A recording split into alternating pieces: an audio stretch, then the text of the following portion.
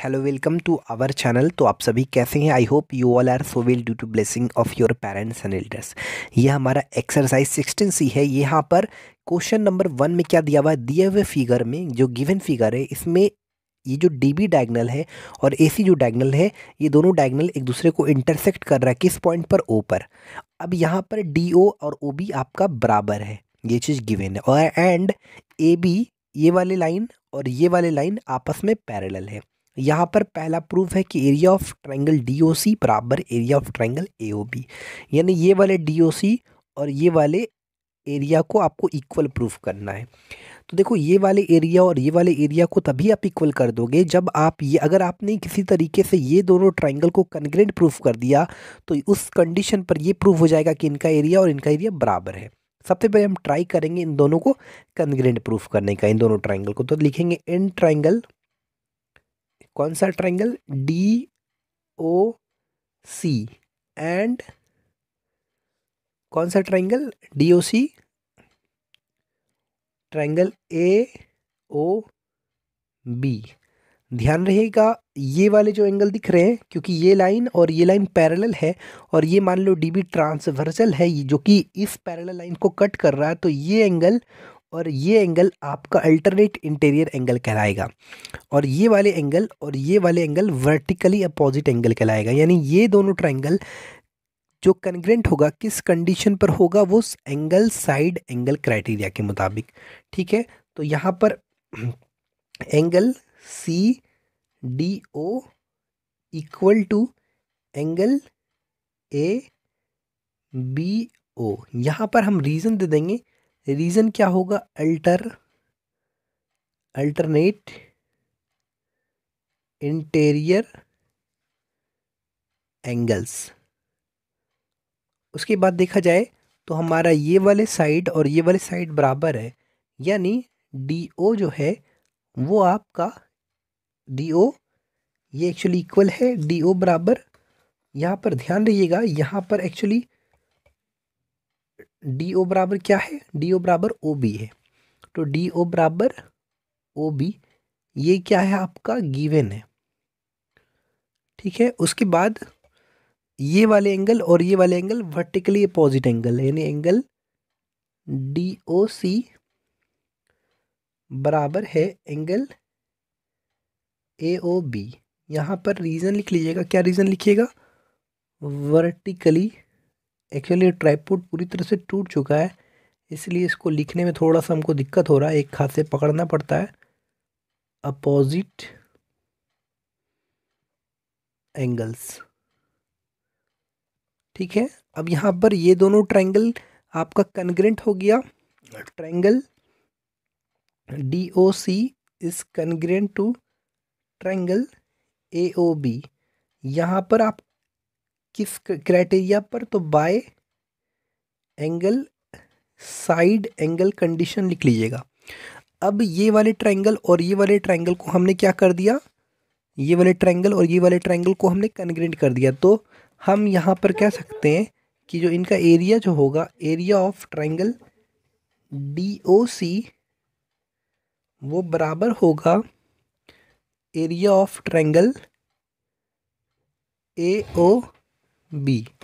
Clear तरीके से मालूम चल गया? ठीक है स्टूडेंट, यहाँ पर क्या होगा? यहाँ पर ट्रायंगल ए ओ बी नहीं होगा, ट्रायंगल बी ओ ए लिखना है। आप सोच रहे होंगे यहाँ पर आप क्यों लिख रहे हो ए बी ओ और ए ओ बी में क्या फ़र्क है? तो समझो, यहाँ पर ये वाले डी एंगल, जो एंगल डी ए वाले जो दिख रहे हैं एंगल, और ये वाले एंगल बराबर है, तो उसी मुताबिक आपको ये चीज़ लिखना है, क्योंकि एंगल डी बराबर है कहीं ना कहीं एंगल बी, और ये वाले एंगल बराबर है। यहाँ पर बीच में ओ आया तो यहाँ पर भी बीच में ओ आएगा, और कहीं ना कहीं ये वाले एंगल और ये वाले एंगल, ये वाले एंगल और ये वाले एंगल बराबर, तो उसी मुताबिक आपको लिखना है, बी ओ ए ही लिखना है। ठीक है, ये चीज़ समझिए। तो यहाँ तक क्लियर हो गया। आप देख सकते हैं कि ये दोनों ट्रायंगल आपका कन्ग्रेंट हो गया, तो हम कह सकते हैं कि इनका जो एरिया होगा, यहाँ पर कोई फ़र्क नहीं पड़ता, आप बी ओ ए लिखो, ए ओ बी लिखो, कुछ फ़र्क नहीं पड़ता।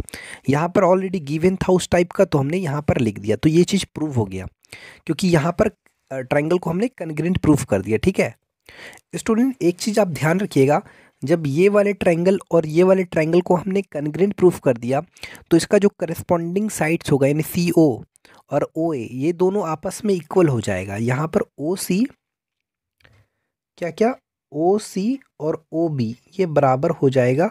यहाँ पर आप रीज़न लिख सकते हैं ओ सी और ओ बी बोल रहे हैं, सॉरी, ओ सी और ओ ए, ओ सी और ओ ए बराबर हो जाएगा। यहाँ पर रीज़न दे देना by C P C T C, यानी corresponding parts of congruent triangle. इसको इक्वेशन 1 कंसीडर कर लेना, ठीक है, कोई दिक्कत नहीं।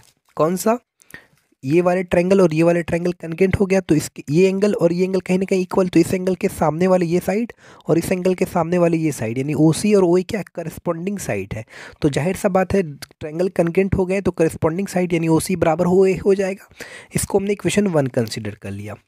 यहाँ पर ये पहला चीज़ तो हमारा प्रूफ हो चुका है, पहला वाला। दूसरा प्रूफ करने के लिए area of triangle D C B और ए सी बी में देखा जाए तो डी सी बी और एक ए सी बी, ये एरिया आपका कॉमन आ रहा है। अगर ये जो कॉमन पार्ट है अगर आप ऐड कर दोगे इस एरिया और ये एरिया में तो ये वाला चीज़ प्रूफ हो जाएगा। तो यहाँ पर ऑलरेडी ये चीज़ प्रूफ हो चुका है। दूसरा में हम सेकंड प्रूफ करेंगे तो area of triangle D O C में हम ये जो कॉमन पार्ट है दोनों साइड ऐड करेंगे। कौन सा, ये वाला part, area of triangle B O C, area of triangle B O C बराबर एरिया ऑफ, हमने दोनों side area of triangle B O C add किया तो हमारा area of triangle D O C plus B O C क्या हो गया, D C B. यानी हम कह सकते हैं कि area of D C B, triangle D C B बराबर हो गया ए ओ बी में ये वाला एरिया जुड़ा तो ए सी बी हो गया। तो कितना हो गया, area of triangle A C B. यही चीज़ मेरे को प्रूफ करना था जो कि हमने प्रूफ इजी वे में कर दिया। हमारा second number which is proved. अब यहाँ पर अगर हम चौथा नंबर प्रूफ करने बोल रहा है कि सॉरी तीसरा नंबर प्रूफ करने बोल रहा है कि A B C D is parallelogram. अब ये ए बी सी डी तभी पैरेललोग्राम प्रूफ कर सकते हैं जब आपका ये प्रूफ हो जाए कि डायगोनल एक दूसरे को क्या कर रहा है, बाइसेक्ट कर रहा है। तो यहाँ पर हम तीसरा जो प्रूफ की बात कर रहे हैं तो देखा जाए तो कहीं ना कहीं ओ डी और ओ बी बराबर है, ओ बी बराबर है O D which is already given, और कहीं ना कहीं ओ डी बराबर है ओ बी और ओ सी बराबर ओ ए, ओ सी बराबर है ओ ए के, ओ सी बराबर है ओ ए के। यहाँ ए कहाँ से आया तो फ्रॉम 1 से आया है, ठीक है, ध्यान रहे। तो क्योंकि ओ बी बराबर ओ डी और ओ सी बराबर ओ ए यानी कहीं ना कहीं ये साइड बराबर, ये साइड बराबर, इसका मतलब कि डायगोनल एक दूसरे को क्या कर रहा है, बाइसेक्ट कर रहा है। ये चीज़ प्रूव हो गया। तो हम कह सकते हैं so A B C D is a parallelogram. ये चीज़ तो हमको प्रूफ करना था, ठीक है।